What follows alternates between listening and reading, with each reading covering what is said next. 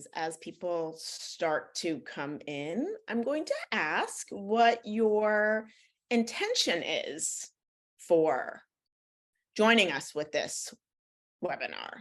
Like, what is the intention for why you signed up? What do you know about?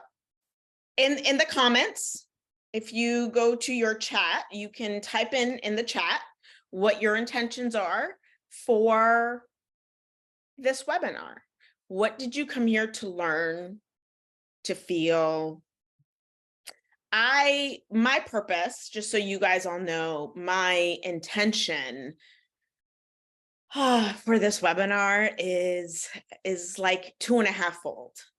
And they build on one another. The first one is that it's very important for me to make sure that people know that there is magic inside of them. And I know that that sounds a little, idealistic, but I believe that we are made of energy. We are stardust, like we are miracles. And I think there is innate power in our DNA through our energy.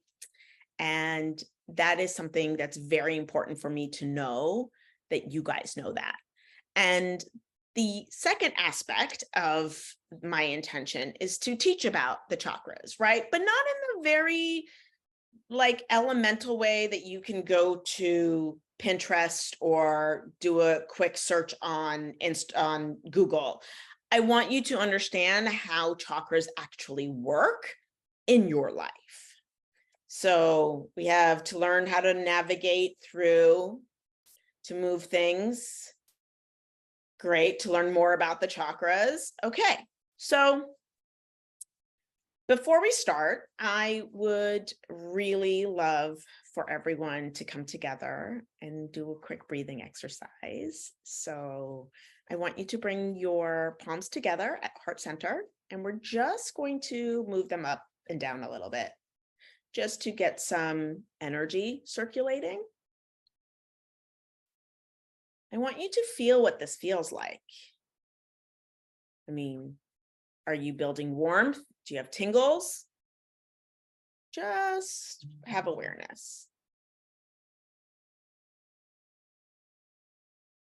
And bring your awareness to your breath. Don't force it. Are you breathing fast, slow, deep? In a moment, I'm going to ask you guys to take a deep breath. And when you do, I want you to hold your breath at the top and then exhale slowly. It's going to look something like this. I'm going to count to 4 as you inhale.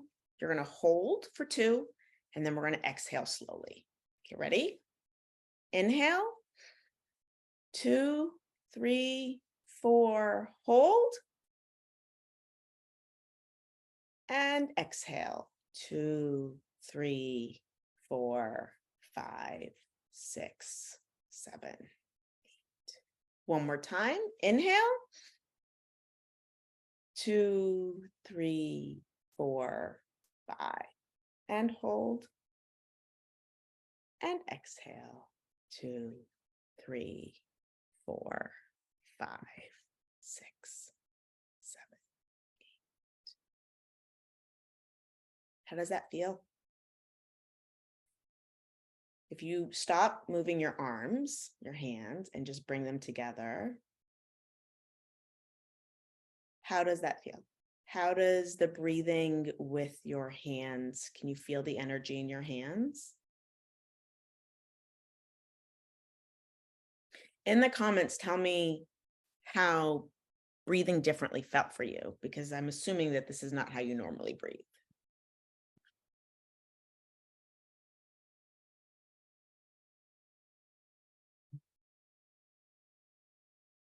Tingly. So here's a fun fact.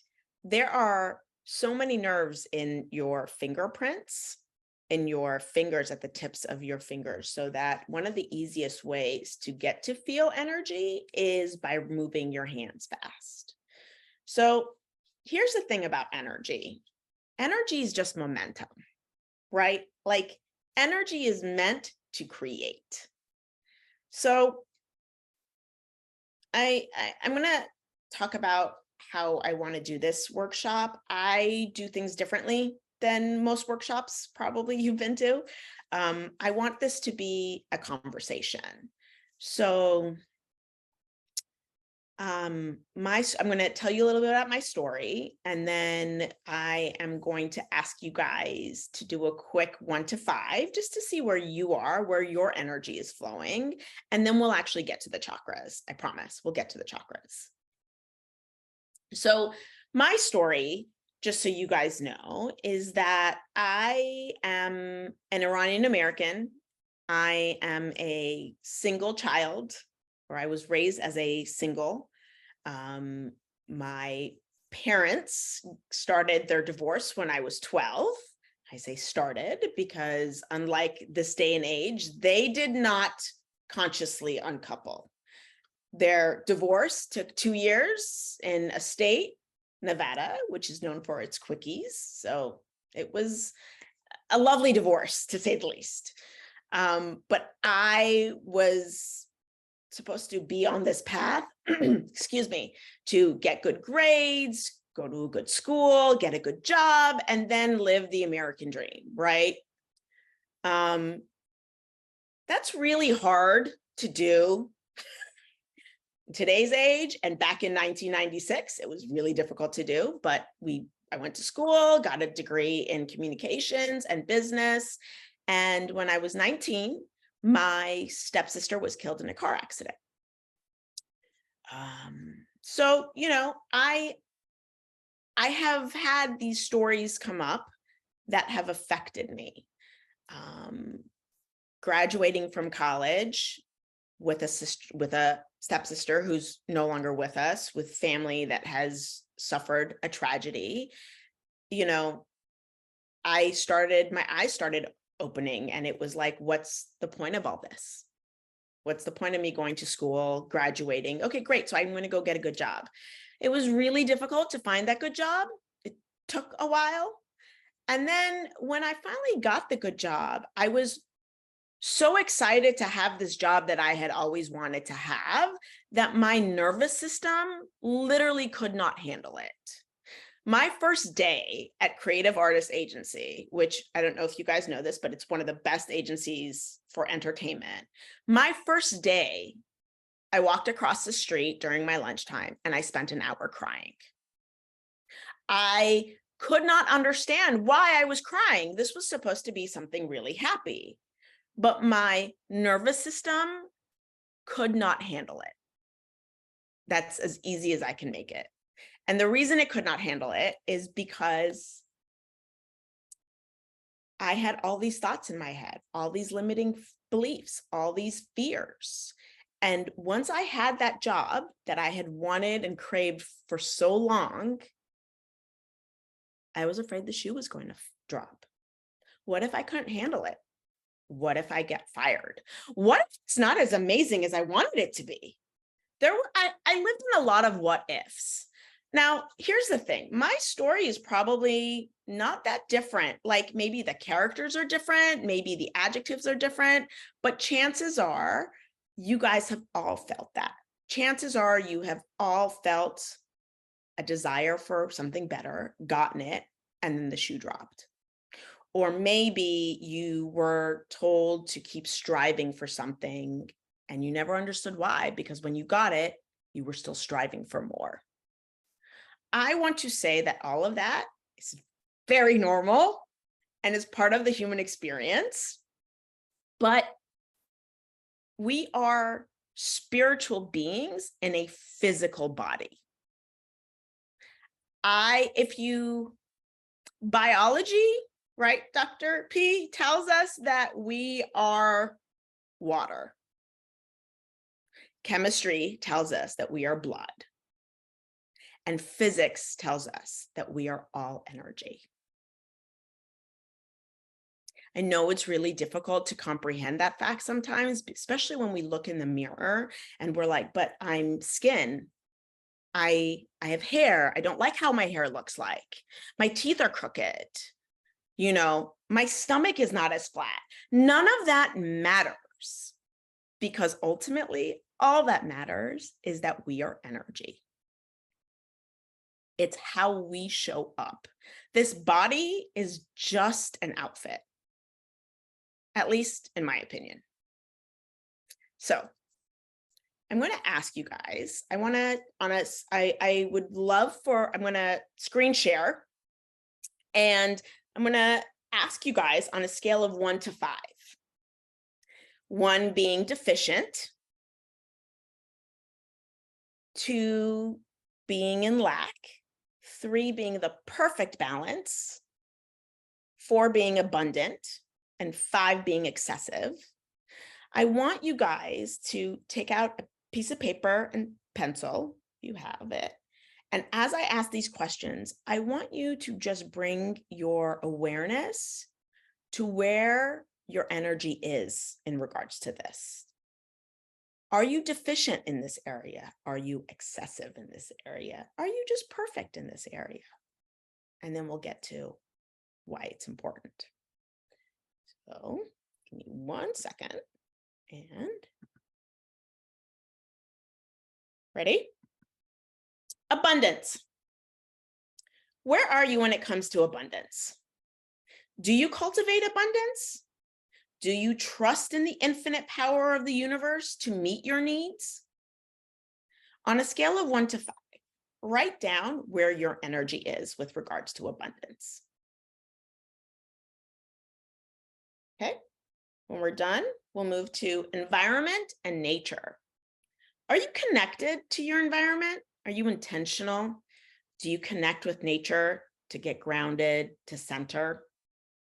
Have you built a relationship with environment and nature? Are you aware of your environment, your city, your neighborhood, the flowers that bloom? Have you cultivated a relationship to nature? 1 to 5.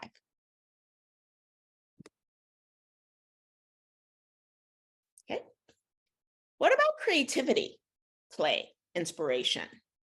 Do you make time to play, to be creative? Do you find inspiration in your daily life? Where does your attention, where does your energy go? Are you deficient? Do you think play is just for children and you're too much of an adult? Because I'm going to be honest, I don't. Purpose.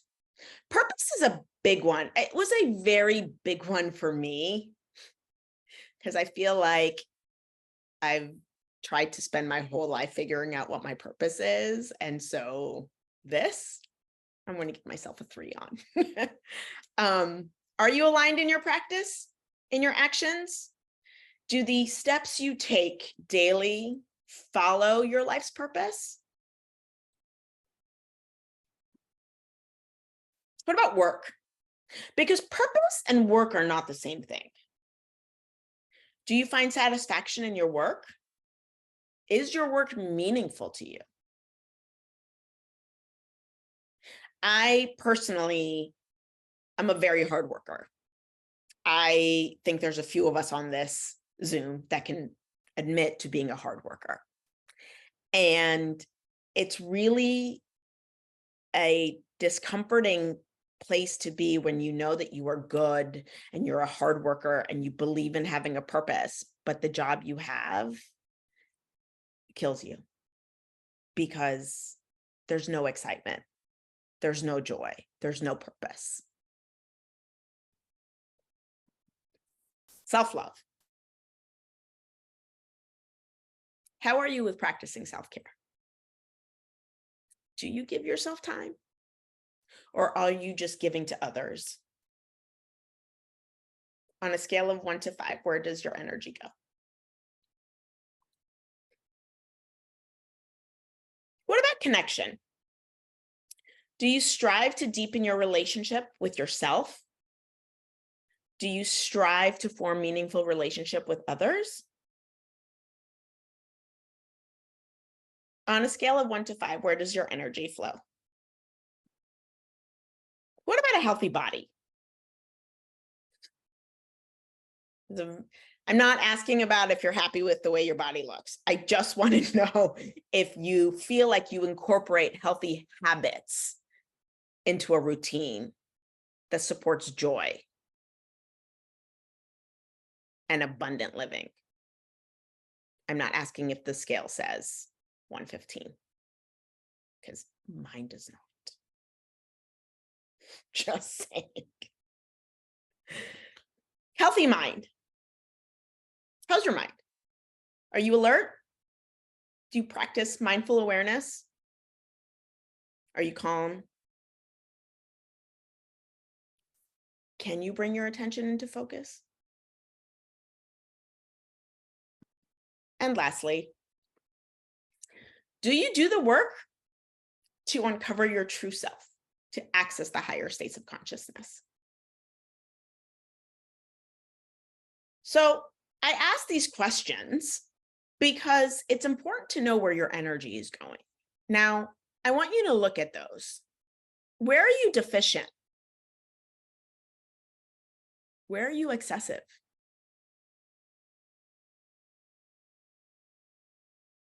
Are you a 3 on any of them?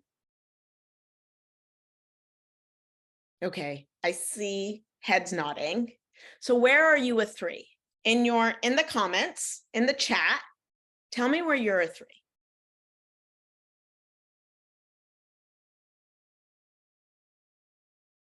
Purpose, work, and connection. I love that.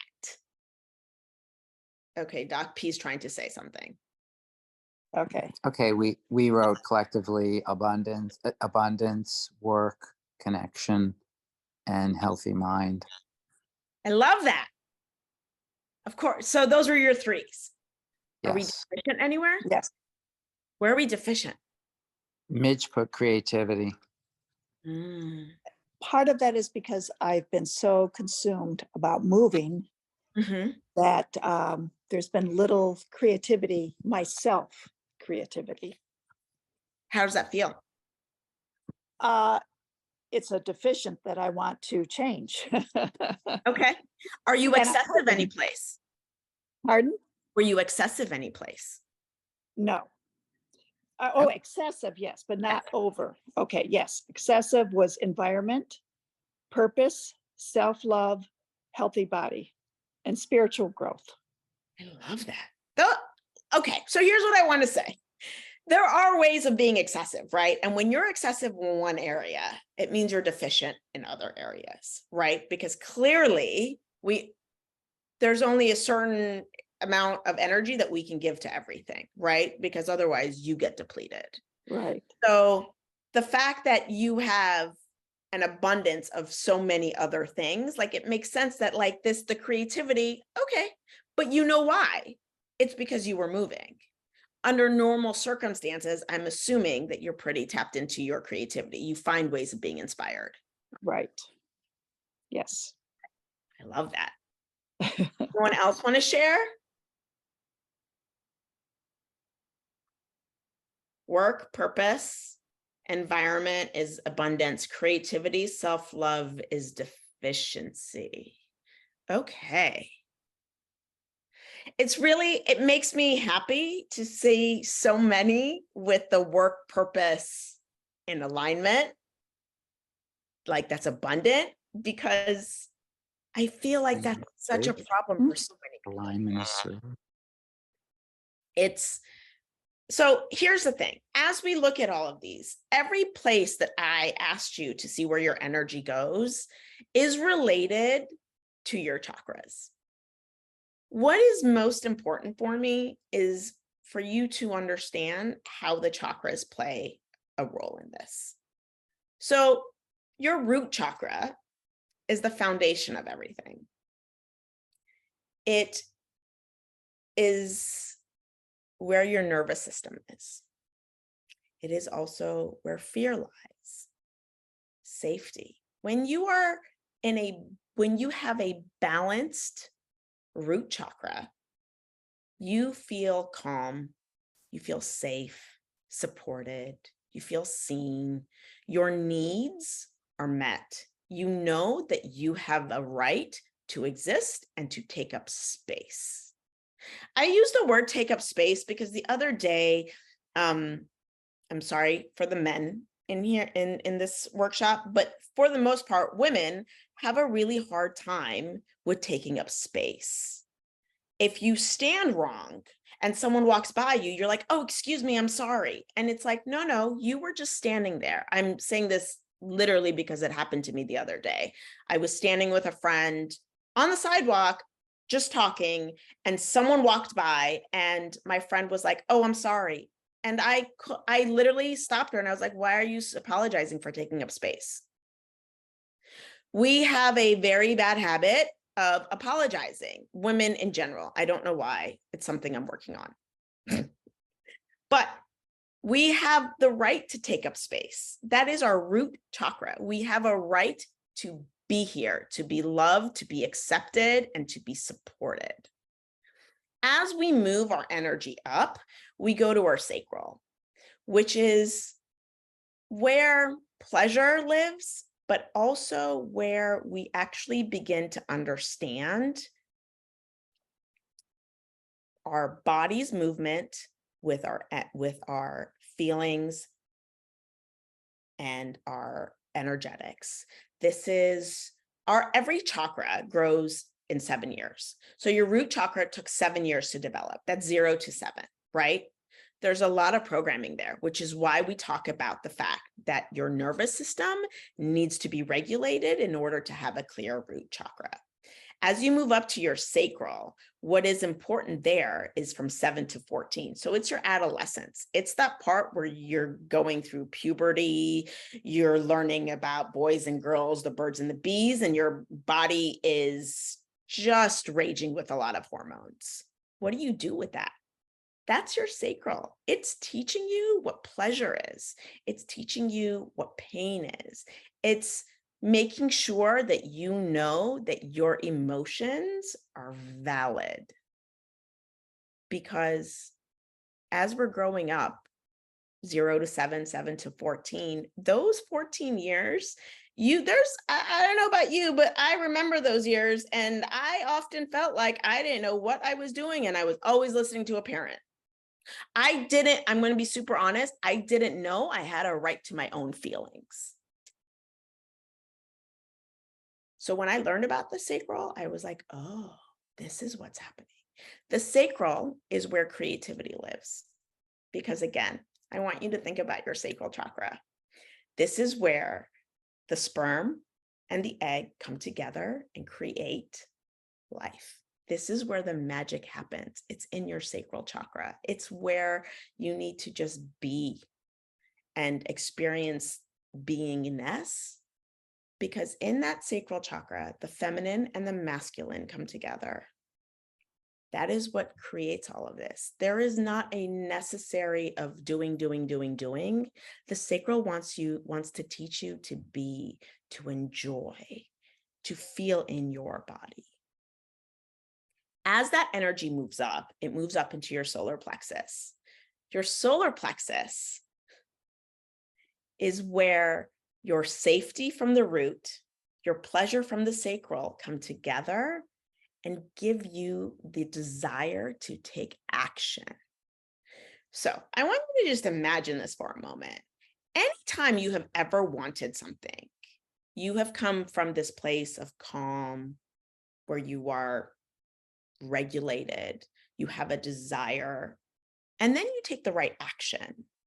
When you do that, that's called alignment. That's called aligned action. That is not something that feels like you have to force it, you have to jam it past someone's throat. It's not any of that. It just naturally comes because that's how the energy is flowing.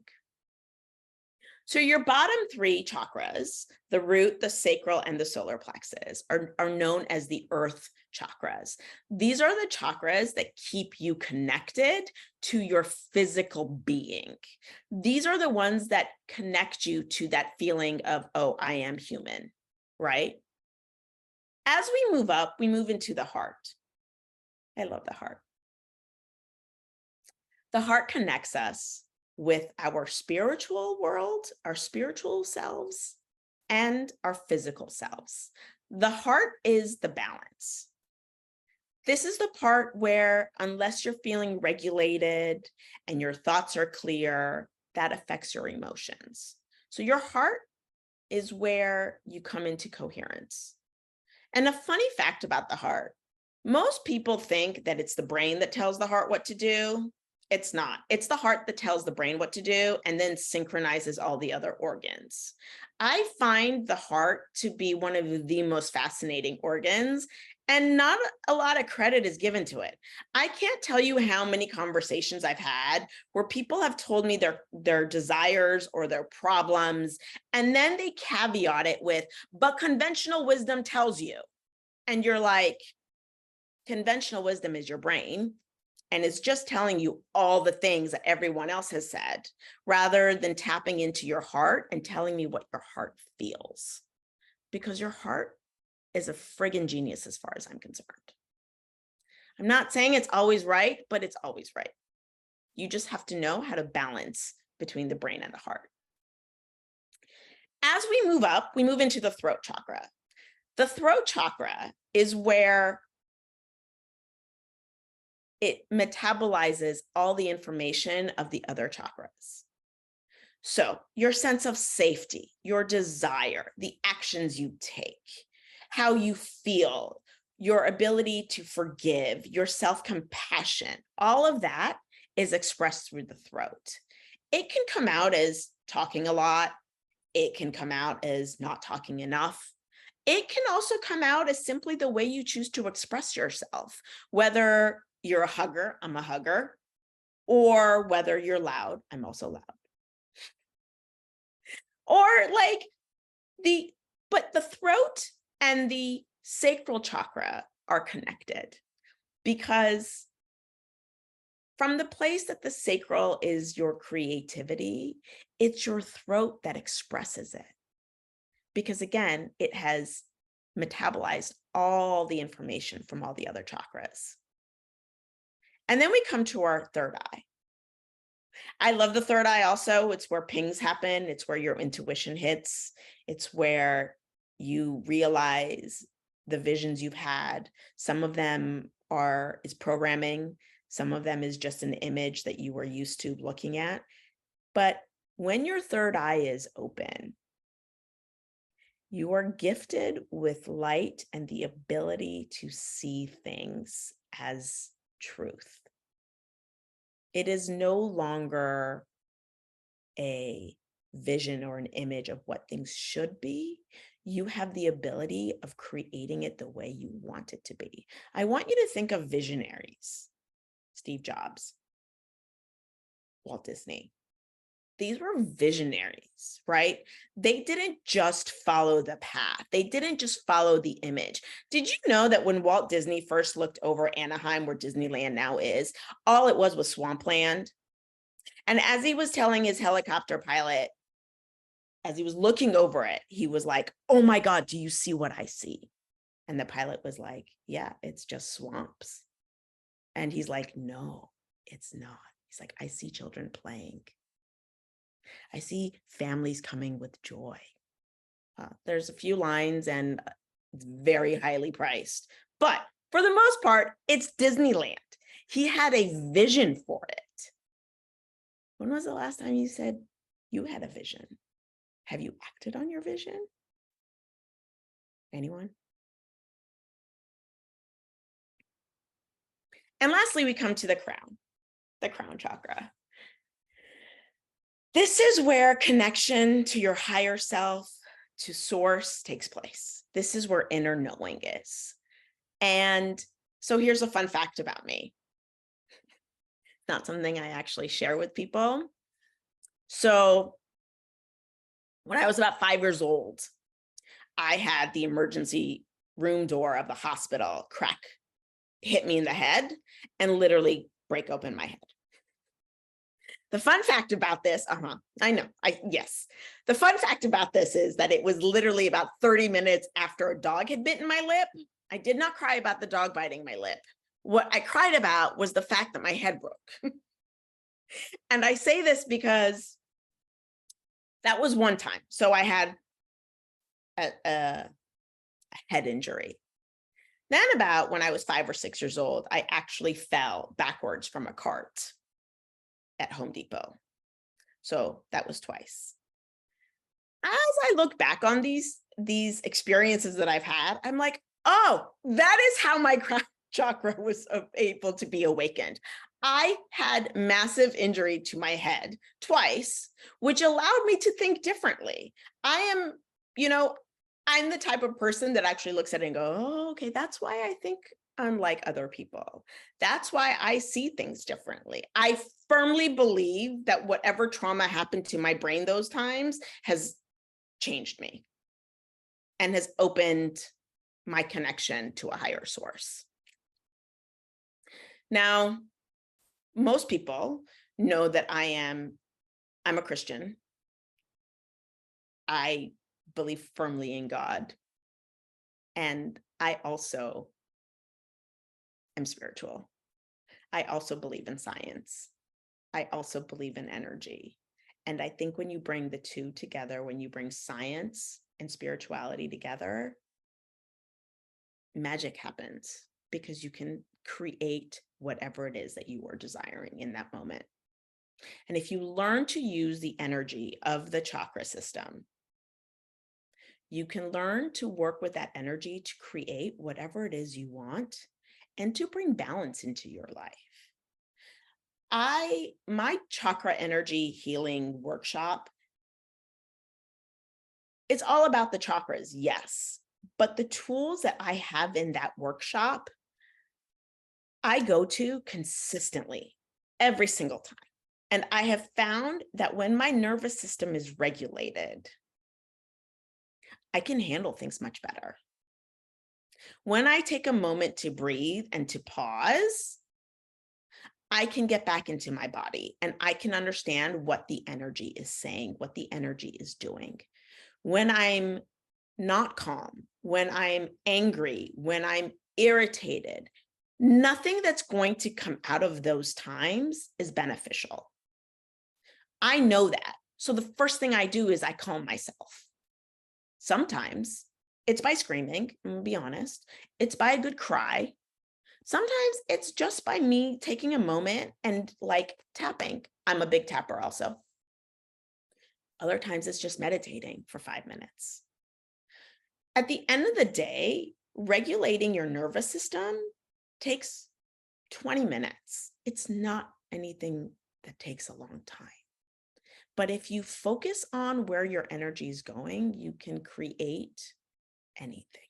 I am a firm believer of this. I am watching people not know what they're doing.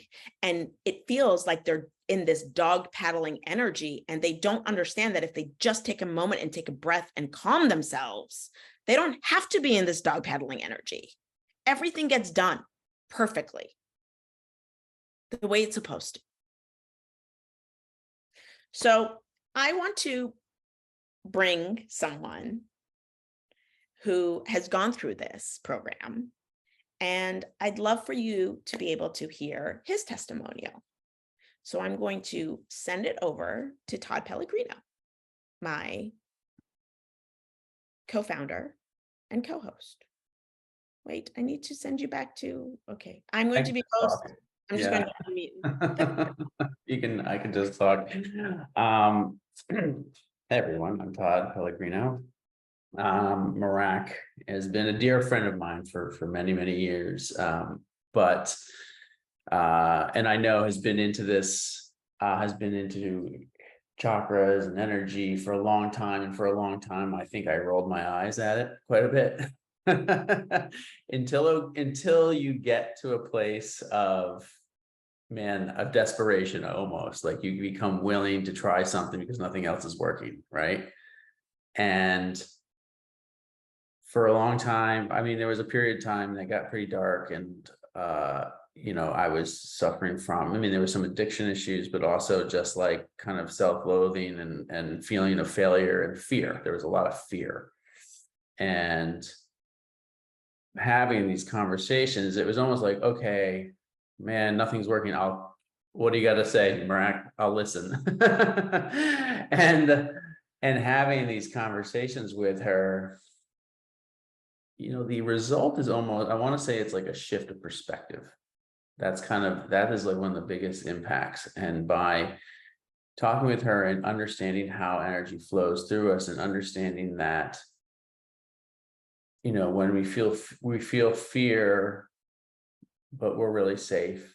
Like it's just this emotion that is this energy that needs to pass through us. And accepting, like, there's times I'm going to be sad, there's times I'm going to be scared, there's times I'm going to be angry, but understanding that this is temporary and that I really am ultimately safe and everything's going to be fine, and having trust in that, having kind of trust in the universe that it's going to be fine. And a lot of it was just conversations with her, working through the course, having an understanding of how energy works, and then using a lot of the practices that she has taught me and has built into the course of how to kind of, I don't know if this is the right word, but metabolize that energy, allow it to just pass. And when when that negativity is happening, be okay with it. And going through this work, and then it was like, oh my gosh, there's something here to this. This is actually, I'm feeling the results of something that I once was very doubtful of or skeptical of. And going through these practices, it's a daily thing for me every morning, is just getting in touch with the universe or the higher power and being able to kind of reset my mind. And when troubles come up, have the tools to be able to just pause and be calm, breathe, and work through it without being destructive. And ultimately, I've come out the other end of it like a very changed person. I think just happier, calmer, more accepting, and knowing that there is just everything's going to be okay, really, ultimately. And that's a great feeling to hold on to and have every day with you, that everything's going to be all right. I love that. That makes me so happy. I love that. It is, I don't think people realize how important that nervous system is. Everything starts from fear. Everything is a result of fearful thinking. Everything is a result of your limiting beliefs. And I think that's one of the reasons why this was like my first intention, was that I want people to know how powerful we are. Because when you know that you are not your circumstance, right?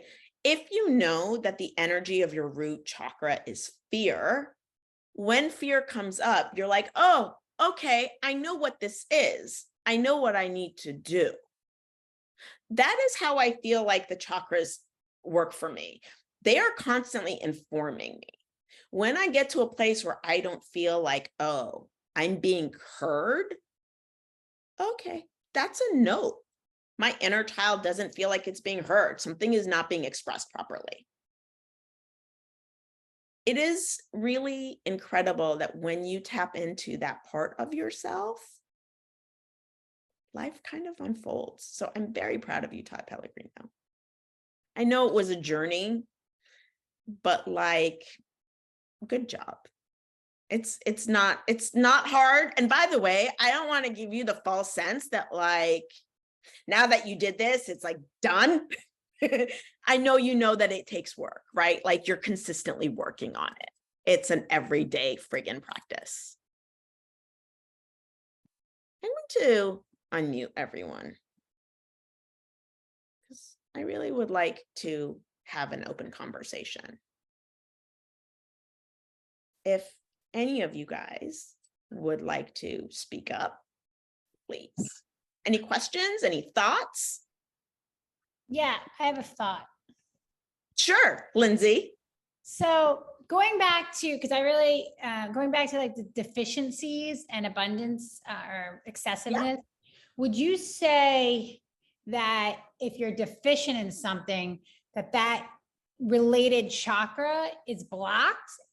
Yes. And then there's like specific tools you can do to unblock Yes. those chakras? Yes. Okay. And So where are you deficient, Lindsay? a lot of places I'm deficient. Do you have any excessive? I have an abundance, and the fact that I trust that the universe will work it out for me because it always has. I love So, that. I do have ultimate faith in that concept because in my life I've been very blessed. So I trust in that blessedness because it's always been that way for me. I'm very fortunate in that way. I'm not saying it always, other people No, have no. experience, but But my overall, experience thus far is that the universe when I allow the universe to do its job and trust in it, it has worked out for me. So I have to sometimes just get out of my own way and like allow that to happen rather than because if I fight that, I get very angry. Anger is a huge issue for me. A lot of times I blow, but some of the things that you were saying, do I lack in is, I think, the like nature and play and self-love and body and spiritual and mind. So there's a lot of lack, I feel like, that I'm not focused on. I feel like because I feel like I trust the fact that it'll all work out too much, instead of like Okay. working on. Does that so I make have sense? a question. I don't know. No, you do know. I have a question for you though. Yeah. So you are abundant in abundance. Like you have faith in this, Yeah. right? Yeah. Okay. I love that. I want you to have faith in that. The places that you are deficient, what are you doing instead? I feel Because like if the only place is abundance and you have faith in abundance and you're deficient in everything else, that says to me, you don't have faith at the universe because you are trying to make everything else work. maybe you're right. I feel like my energy goes every which direction sometimes, but internally and like just focusing on making like great. And this also could be my perspective, maybe. And that's the other thing I want to ask you too. How we're answering these questions are just specifically how we honestly feel about it. Yes. I'm not sure if it's our own perceptions are actually accurate also, right? No, that's where you're wrong. It is. I want your perception, right? Because it's where your energy is going. It's what you first felt like you were going to respond to. So you have said to me multiple times that you do feel like you have always had like an angel looking out for you, right? Like you believe in the universe. And that's why I don't feel like I need to necessarily look out for myself all the time. I worry about my husband, my children, my parents, my friends, everybody else but me, because I know that somebody's got my back somewhere. So I worry about everybody else around me more because I trust that I'm going to be okay. Does that make sense? I think that's totally. But here's my question. If you're going to be okay and you trust that you are watched out for, why don't you trust that they're watched out for? Because the same God that's watching over you is watching over them. I don't know. I just feel, maybe, I don't know. Maybe I inherently have my own back and I don't even realize it. We're going to work on those chakras. So my point is, in your course, there's tools to address each of these chakras. 100%. Kind of blocking them. Okay. Absolutely. Where can we find your course exactly? My course is found on ourconsciousenergy.com.